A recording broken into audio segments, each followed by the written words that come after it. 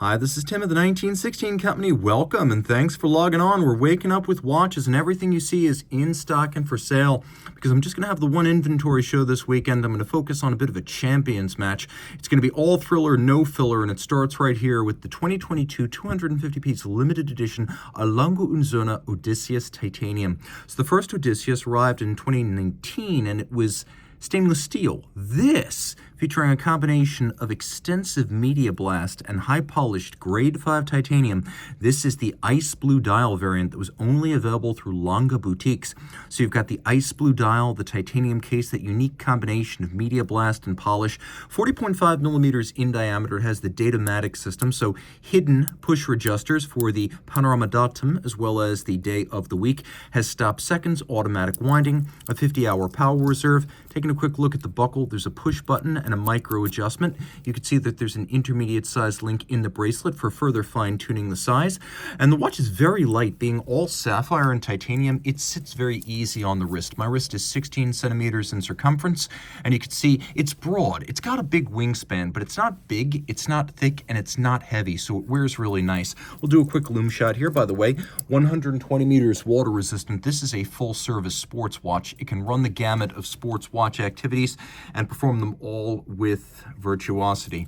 Now on the back, speaking of virtuosity, we have the Longa caliber L155. It's based on the L086. The difference is here being that it has a full balance bridge instead of a balance cock. That's better for shock protection, having a dual anchored balance bridge. The other thing is it's Longa's first 4 hertz movement, so 28,800 vibrations per hour, 8 beats per second, making it less susceptible to shock-induced timing deviation. And of course, the finishing you've come to expect from Longa within and without. A really cool piece and a lot of fun to see here in the studio. A really rare piece. People tend to own them and keep them.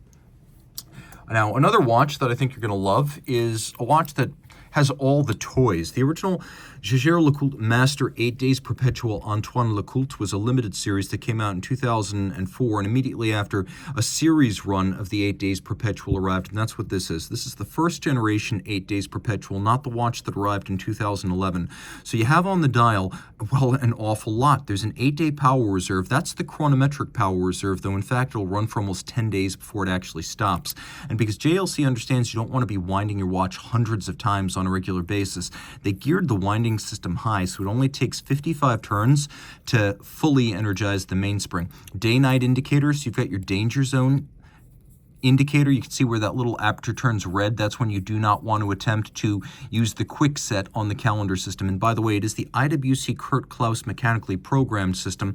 So the day, date, month, the moon phase, even the year and the decade, all of that jumps correctly coordinated into position. Just push the adjuster the number of days your watch has been stopped, and no further research of moon phase or day-date month combination need be performed. The watch also features JLC's 8-day base caliber, twin barrels, 8 days of power reserve, though as we know it's actually a little bit more than that, and they don't try to play any games to achieve that power reserve. It's still a 4 hertz beat rate. They don't give it like a super low beat rate to achieve a long reserve.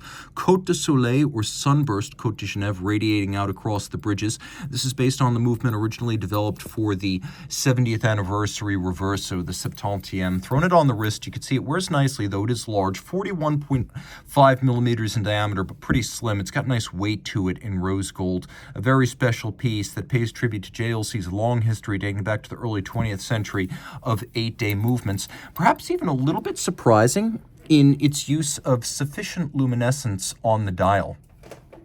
And the water resistance of 50 meters is solidly more than you would expect on a dress watch.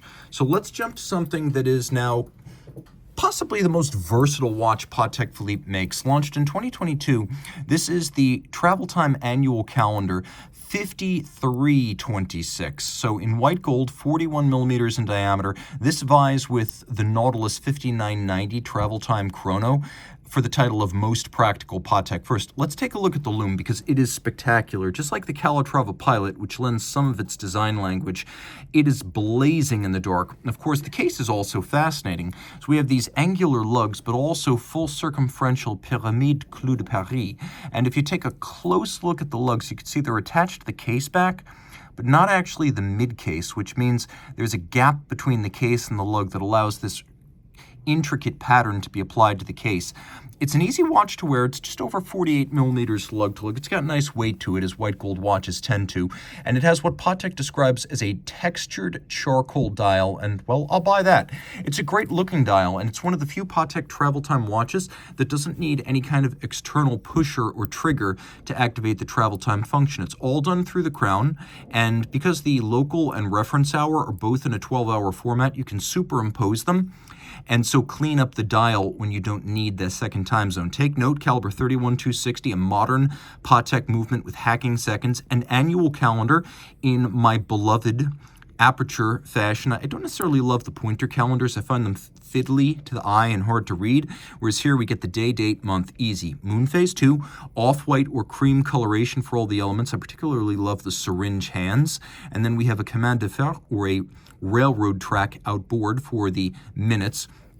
Flip it all over. As I mentioned, this is the 31-260, so it's a big movement, 33 millimeters in diameter. It's only related to the 240 micro rotor in that they're both micro rotors. This is a big modern architecture movement.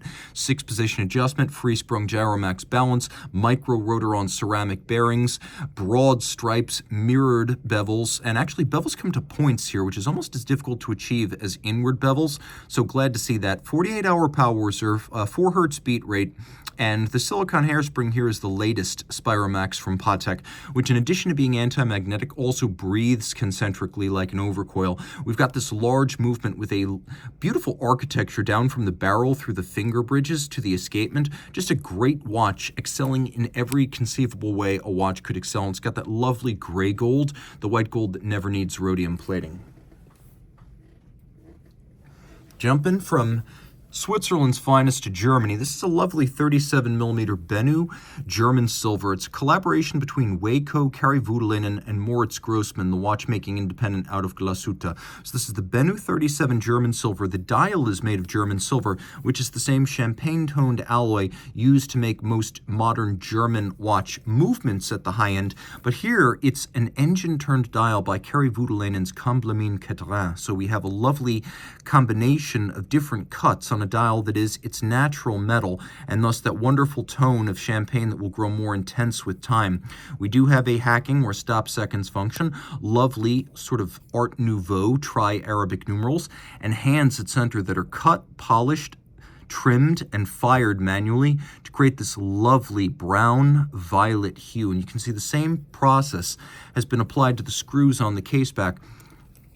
Now, this is not like Jean-Antoine Lepin's movements, which from the middle of the 18th century feature a bridge on top of the base plate. This is actually a pillar movement, which is an older style of construction, often seen on marine chronometers where the bridges sit on pillars below. You can see all German silver, but media blasted on the 3/4 bridge with the cock for the escape wheel and the balance intricately freehand engraved. The 20-piece limited edition is made in stainless steel. It's 37 millimeters in diameter. Moritz Grossmann even making its own free-sprung balance wheel. The screw-fixed micrometric is not used often for adjustments. Most adjustments are done using the variable inertia screws on the balance rim, which are also recessed out of the free airstream to minimize the impact of aerodynamics on timing. All this, though a compact 26mm movement, it's got a 48-hour power reserve. All of the characters on the bridge, you could see that they are freehand engraved. I can't write that cleanly with a pen. This is all done with a burin and a graver. 22 jewels. You can see there's a double solarized ratchet wheel with beveled teeth, which is an incredible feat of finishing. And then we have a fully black polished extensible vintage style click to keep it all from running backwards. Truly special stuff. Again, a 20-piece edition. This was a dial by Kari Voutilainen, a watch by Moritz Grossmann, but the overall concept was by Seiko, an extraordinary watch collector and enthusiast and journalist who founded Rake and Revolution magazines. It's a really easy one to wear on a smaller wrist, so this is one for him and for her. Okay, something completely off the wall. This is a 2017 launch from Christophe Claret. I was actually at SIHH for the launch of the Maestro. Let's work from the outside in. titanium case, grade 5, a bubble-style glass box like sapphire, and an 88-piece limited edition. You can see that most of the case is actually the sapphire, which provides a heat shield to protect the rest of the watch from scratches. Now, we do have a little bit of lume, not a lot, but some on the dial of this watch.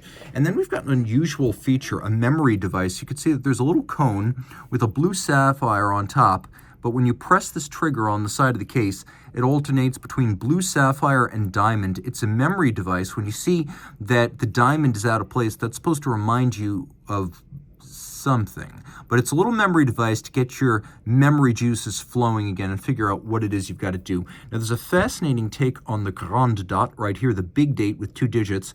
Instead of side by side, they're actually stacked on 2 rotating cones.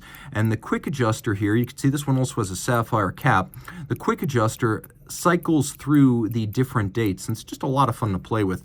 We have a balance that does have a screw-based micrometric adjuster, but it's essentially free-sprung with the adjustments being done using the screws on the rim.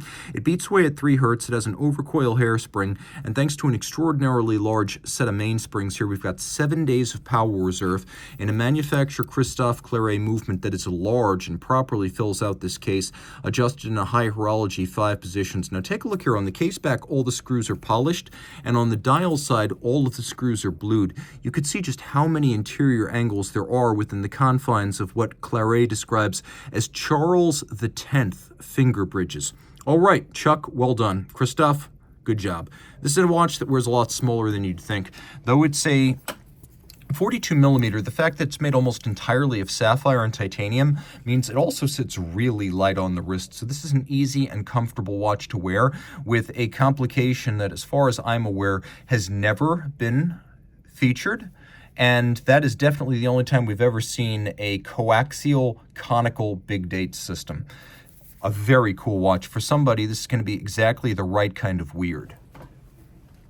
Now, for a watch that isn't weird at all, from the era before Ulysse Nardin came to be dependent on Eastern European markets, we have the San Marco with cloisonné enamel image of the Amerigo Vespucci on the dial. Now, this is a 37 millimeter chronometer certified yellow gold automatic watch. It's only 43.5 millimeters lug to lug, 8.6 thick. You can see it has traditional welded lug construction, handcrafted case, handcrafted dial. Not just fired enamel with glass-based paints cooked in an oven at 800 degrees with up to 20 firings. This is the image of the Italian naval training vessel Amerigo Vespucci, which in a ironic twist is actually the ship on the case back of the first 2 generations of Vacheron Constantin overseas. Now, this is cloisonné enamel, so you could see all of the forms, the sails, the hull, the waves, the sky, and the rays of light. Those are formed using little cloisons, or wires of gold. The wires are formed to create the image or the outline of the image, and then the enamel is inserted in different color and different weighting to create the image that you see here. And you can see within the sails, you have overlapping layers of enamel of different color and texture, with a little bit of the bubbling because this is a liquid before it's fired. It is a lovely handmade watch, one of 25 built. You can see this is the old San Marco series with the Lion of San Marco from Venice right there. And this watch comes with full box and papers, originally sold in 1995. It's extraordinarily rare for a watch of this era that's not, say, a Patek Philippe to come with any kind of documentation. And part of the box set with this watch is the long form COSC chronometer card that breaks down the performance of the watch through every, or I should say the movement of the watch through every phase of the test. And this watch exceeded the COSC by a significant margin. All right, here's something fun for those of you who like cars and watches but don't like them overtly co-branded. Laurent Ferrier, you're looking at the Sport Auto 40. This is from the Serie Atelier collection of watches sold by Ferrier direct to its most committed collectors. This was a 40-piece limited edition from 2023, and you can see the number 40 ghosted onto the dial. This watch pays tribute to Laurent Ferrier, the race car driver, and his co-founder of the Ferrier brand, Francois Servanin, was also part part of his driving team in a Porsche 935 at the 1979 24 Hours of Le Mans, where they won their class, finished third overall, and incidentally one position behind a driving crew led by Paul Newman. So the dial of the watch features the same colors as the car, and you could see the subdial for the seconds features the racing number of the car, 40. Now I'm going to just roll this thing through the day change right there. The watch is part of the Sport Auto collection, and that means it's 41.5 millimeters in diameter, automatic winding in grade 5 titanium. It has a tremendous amount of water resistance, and you can see that this one, water resistant to over 100 meters with a lovely ruthenium-coated micro-rotor automatic. This is number 1 of 40. The watch, in a cushion case profile, is a very original take on the integrated genre, and I'm going to actually get a little bit closer to the movement because it's got a couple of Easter eggs built in. If you look very closely at the platinum micro rotor, you can see micro text describing the exact circumstances of Ferrier's class win in 1979. You can see right there, Le Mans 1979, with a lot of details. Now the movement is based on the Gallet, or now classic micro rotor, caliber 229, but this right here has a number of changes to make it more durable. A bearing replaces the ratchet system in the conventional winding system, so this is more durable, and a platinum rotor adds to the winding efficiency.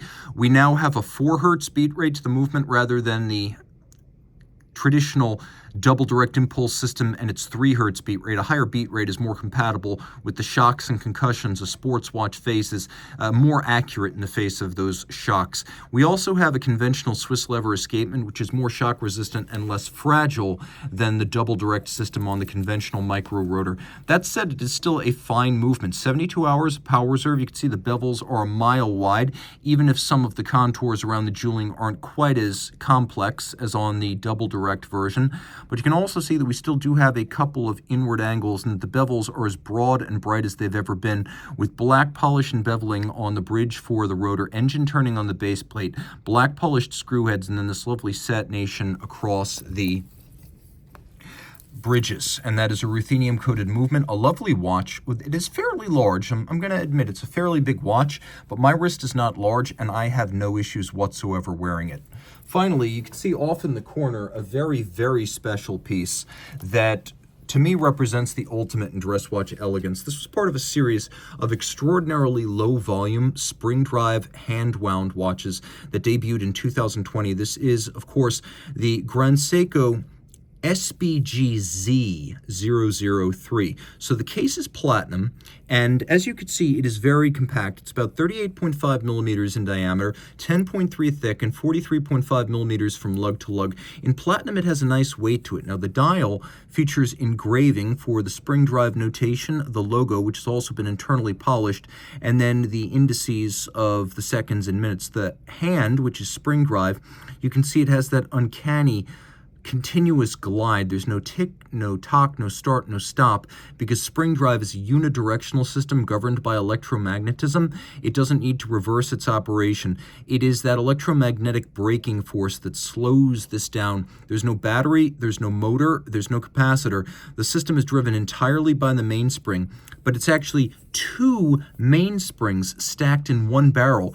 In addition to a torque return system exclusive to Grand Seiko, that increases the power reserve to 84 hours. Now you can see the unidirectional governing wheel right there. What happens is the mainspring turns the drivetrain, which turns this wheel. Now you know from physics that electrons moving through a magnetic field will begin to travel and create an electrical current. So this creates an electrical current that activates a quartz timing circuit, which in turn uses a electromagnetic back force to brake or slow down this wheel. So the spring is connected to the wheel by gears. The wheel is connected to the hands. Again, no motors. Power reserve on the case back. That's right, it is a stealth complication. This watch does feature hacking seconds, so you can set it precisely. Look at the indices in the hands. One of the qualities of Grand Seiko watches that sets them apart, even at the entry level, is the quality of their dials. hand finished. They always feature hand-placed indices caulked manually, but it goes beyond that, as diamond-tipped milling tools are manually operated to create these ultra-sharp facets and mirror polishing. Now, back on the case back, you can see the signature of the Micro Artist Studio up at the Shinshu Watch Studio in Shiojiri in Nagano Prefecture. This is the best that Seiko Epson has to offer. Artisans trained in the finest of finishing, engineering, and watchmaking build about 40 to 50 watches a year, and these Micro Artist Studio watches feature the bellflower local flora near the Shinshu Studio. You can also see it cut and skeletonized into the barrel. Now look at this satin finish across the bridges with the hand-filled lacquered lettering. Now take a look at the bevels, which are as broad as Philippe Dufour, Grand Seiko here in the Micro Artist Studio, using thicker bridges than normal so you can have broader bevels. And they can even be drawn out horizontally a little bit over the bridges, and you can see the super sharp interior angle that would make Dufour proud. A fully integrated manufacturer. This is a company that not only makes everything in the watch, but it even makes its own shock protection and the lubricants used.